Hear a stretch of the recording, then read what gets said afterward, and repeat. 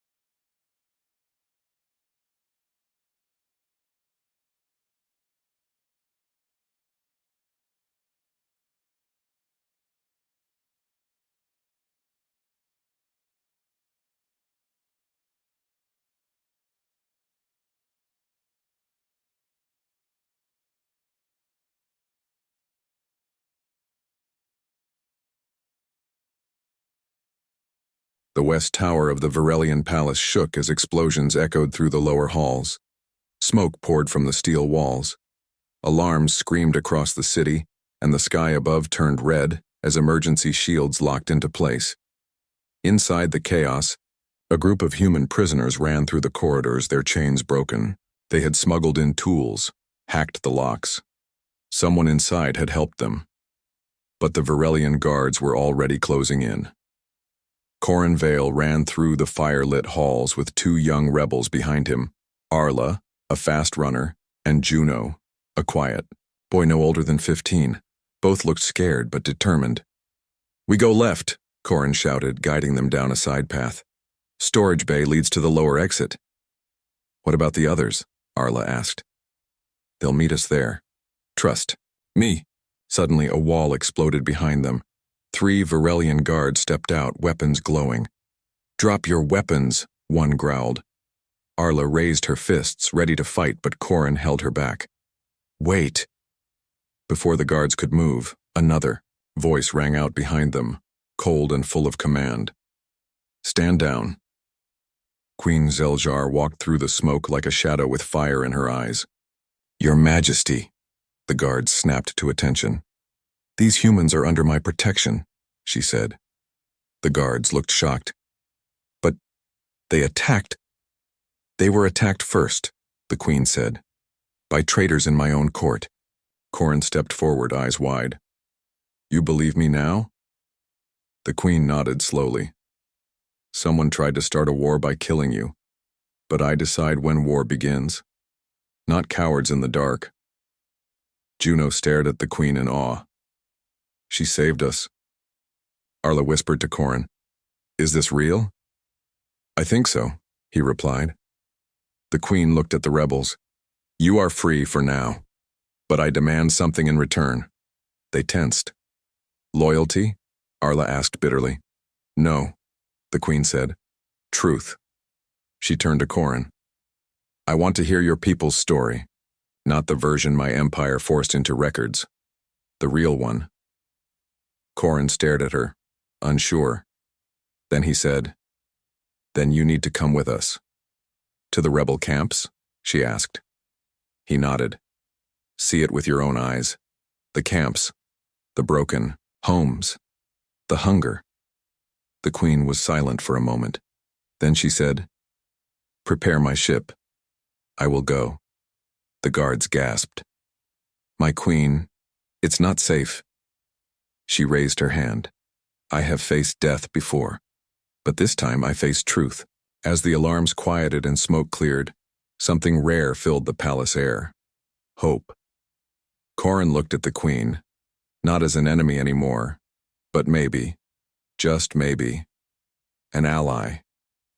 For the first time, the chains that had held humans for generations began to loosen, not by war, but by understanding. The Queen's personal ship flew silently through the clouds. It was small but fast, built for high security and stealth. Inside, the air was tense. Corin sat beside the Queen, both staring ahead, not speaking much.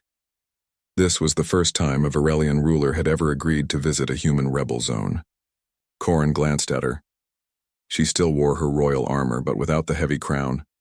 For the first time, she looked less like a queen and more like a person. "Are you nervous?" he asked quietly. "A queen does not fear," she replied, then paused. "But I do not know what I will find." "You'll find truth," Corin said, "and maybe yourself." The ship landed in a hidden valley, surrounded by broken towers and old machines from the last war.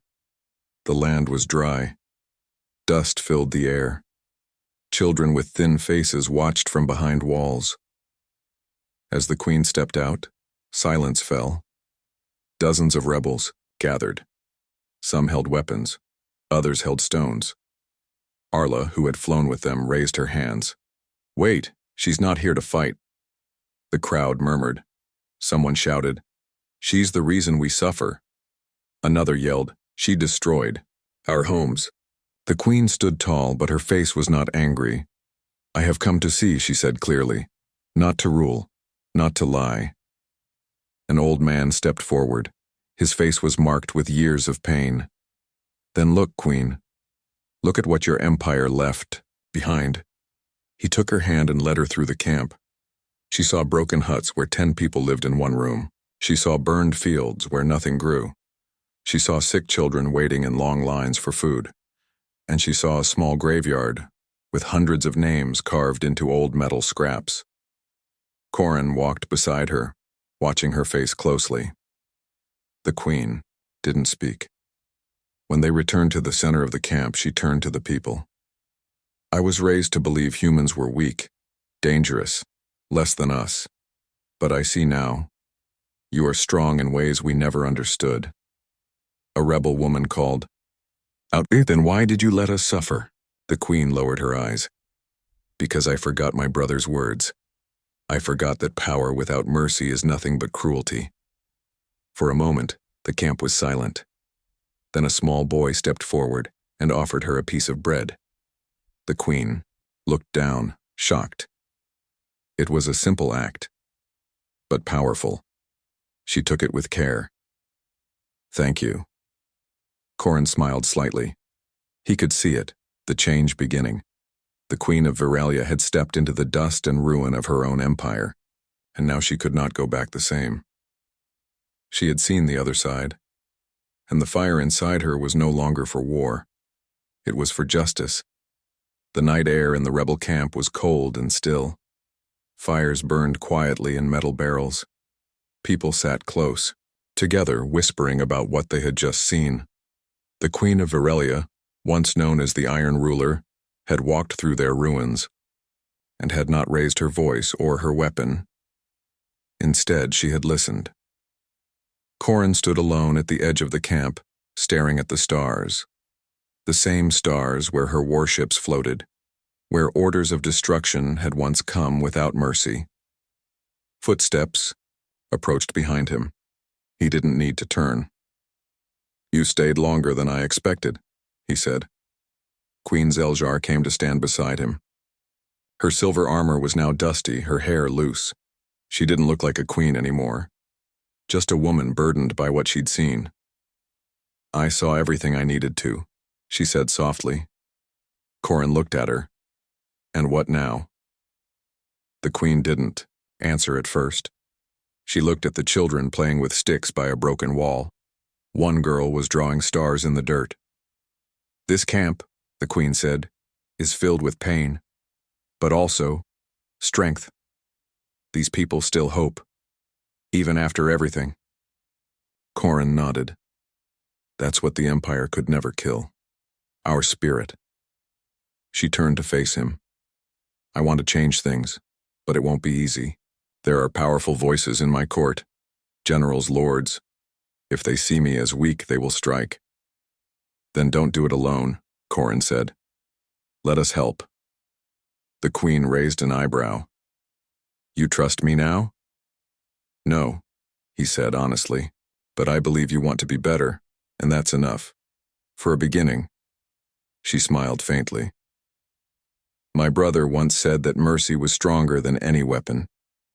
I called him a dreamer. Corin chuckled. He was right. She looked at him seriously. I will give orders. The labor camps will stop. The punishments will end. I will declare new rights for your people, freedom, education, food. Corin's heart beat faster. You'd do that? I must, she said, or I lose whatever soul I have left. From the shadows, Arla stepped forward. She had listened to every word. If you really mean this, Queen, then you have our support.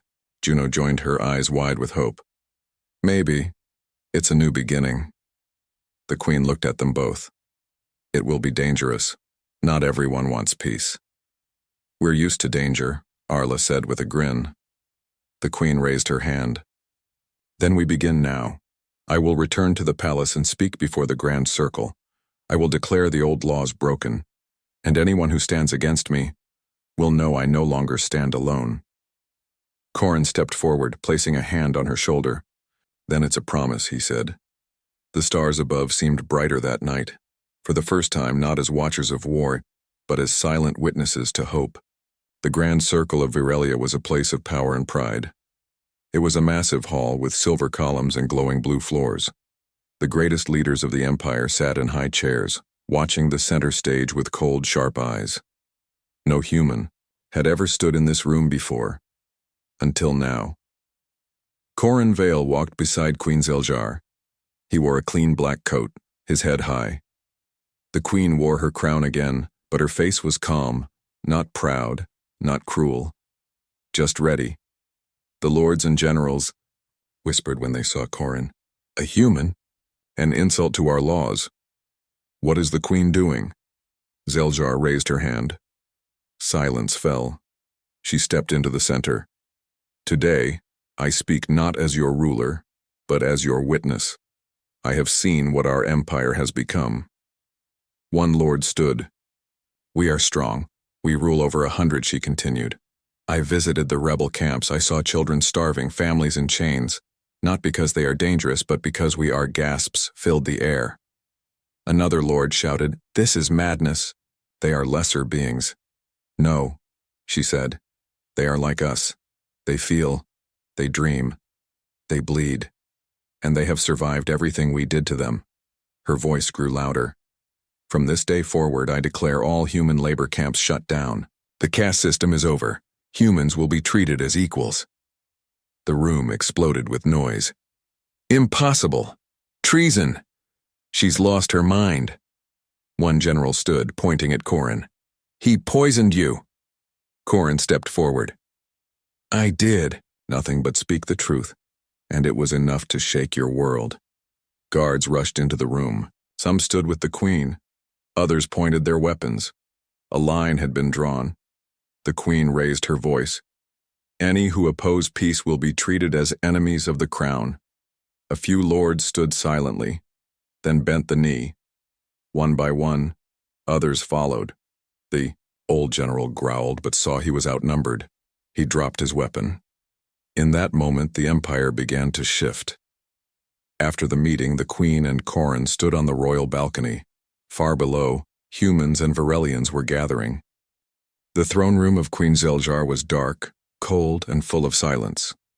The walls were made of black stone, and tall red banners with the queen's symbol, an open eye over a broken world, hung from the ceiling. Her throne was made of sharp, iron and ancient bones. It was not just a seat, it was a message. Fear rules here. Queen Zeljar sat high on her throne, her long silver claws resting on the armrests. Her skin was pale blue, her eyes bright like burning stars. She ruled over hundreds of planets. Her empire had crushed many species, and now she held Earth. Humans were nothing more than servants here. Some cleaned the floors, some worked in mines. Some guarded the palace. None had rights, none had names. They were numbers. But today, one human stood in front of her, chained and bloody. His name was Corin Vale, but the guards called him Unit 47. He disobeyed, hissed one of the lizard-like commanders. He refused to kneel when the anthem played. Queen Zeljar stood slowly, her black robe sliding behind her like a shadow. She walked down the steps of her throne, eyes locked on Corin. You don't kneel? She asked in a cold voice. Corin didn't answer. His mouth was cut and his left eye was swollen shut, but he stood straight. Even with chains on his hands, he didn't bow. The queen raised an eyebrow. Do you not fear me? Corin looked at her. His voice was rough, quiet but strong. I fear no one who hides behind whips and titles. The room gasped. Even the alien guards stepped back. Queen Zeljar smiled, but it was not a kind smile. Interesting, she whispered. Pain makes most humans scream. Maybe you need a lesson. She took the silver whip from a guard. It was made of energy, crackling with blue light. She struck Corin across the back. Once, twice, 3 times. He didn't scream. His skin burned. Blood fell to the cold floor. But Corin stood. The queen stopped. Her hand trembled slightly. No human had ever resisted this much. And then something strange happened. For a second, just a second, a vision flashed in her mind. A forest, a woman laughing, a child with bright eyes, a memory, but not hers. She shook her head. "What trick is this?" she growled. Corin looked at her, breathing hard. "Maybe you're not as strong as you think." Seljar stared at him. This human was different. He didn't act like a slave. He didn't even look at her like she was a queen. He looked at her like an equal, and that disturbed her more than any rebellion ever had. The throne room remained silent even after the queen returned to her seat. The guards stood stiff. The alien nobles whispered to each other, unsure what they had just witnessed. Corin Vale was still standing. Blood ran down his back and his face was pale. But his eyes were still sharp, alive, unbroken. Queen Zeljar leaned forward on her throne. Her voice echoed through the stone hall. "You stand after the royal lash. Are you proud, human?" Corin raised his head. "No, I stand because kneeling to monsters is not my way." Gasps echoed again. One noble dropped her glass. A guard took a step forward, ready to silence Corin, but the queen raised her hand. "Let him speak." The guard stopped. "You think we are monsters?" the queen asked, curious now. "We brought peace, order. Your earth was full of war before we came." Corin's lip curled. "Better to die free in chaos than live quiet in chains." Queen Zeljar stared at him, silent for a long moment. Then she stood and walked toward him again. Her golden crown glinted in the dim light. She walked slowly like a hunter. When she stood inches away from him, she reached out a clawed hand and lifted his chin. "You are strange, Corin Vale. Most humans cry for mercy. You challenge a queen." Corin looked into her eyes. "Maybe your throne is not as strong as you think." The queen froze. For a moment, her heart beat faster. No one had looked into her eyes like that since. Again, a flash of something filled her mind. A memory not her own. She saw a man, tall, dark-haired, standing in a green field. His hand touched hers. His voice whispered, "You must choose your own path." She blinked, and the vision was gone. "What is this?" she whispered. She stepped back quickly. This human was more than just brave. He was connected to something. Something she didn't understand. Something ancient. Dangerous. "Put him in the lower cells," she ordered the guards, her voice cold again. "No food, no water. I want to see how long his will lasts." The guards hesitated. Then they dragged Corin away, his feet scraping the floor. But even as they pulled him, he didn't beg, didn't look back. He just said one thing. "You'll regret this, Zeljar. One day you'll remember this moment and wish you had chosen different." The queen stood still, frozen in place. She didn't know why, but those words felt like a warning. A true one. To be continued in part 3. Would you like me to continue with part 3 now? The lower cells of the Varelian palace were deep, underground. No sunlight reached there. The air was cold, damp, and smelled of rust and sorrow. It was a place meant to break spirits. A place where hope came to die. Corin Vale sat alone in the dark cell, his back against the wall. His wounds burned, but he didn't cry out. His breath was slow, controlled. He had survived worse. Above him, Queen Zeljar sat in her private chamber, but her thoughts were not calm. She stared into the mirror, her reflection unchanged. Cold, perfect, powerful. But inside she felt something cracking. Twice now she had seen visions, strange memories not her own. Why? She touched her temple. The image returned. The green field, the human man's voice, the feeling of peace. It was not a dream. It felt real. But how could that be? She had never stepped foot on Earth's surface, never touched a human in any way but punishment. And yet, When she looked into Corin's eyes, something in her soul stirred, like a lock, slowly turning. "Run a scan on the human," she ordered her science priest through her communicator.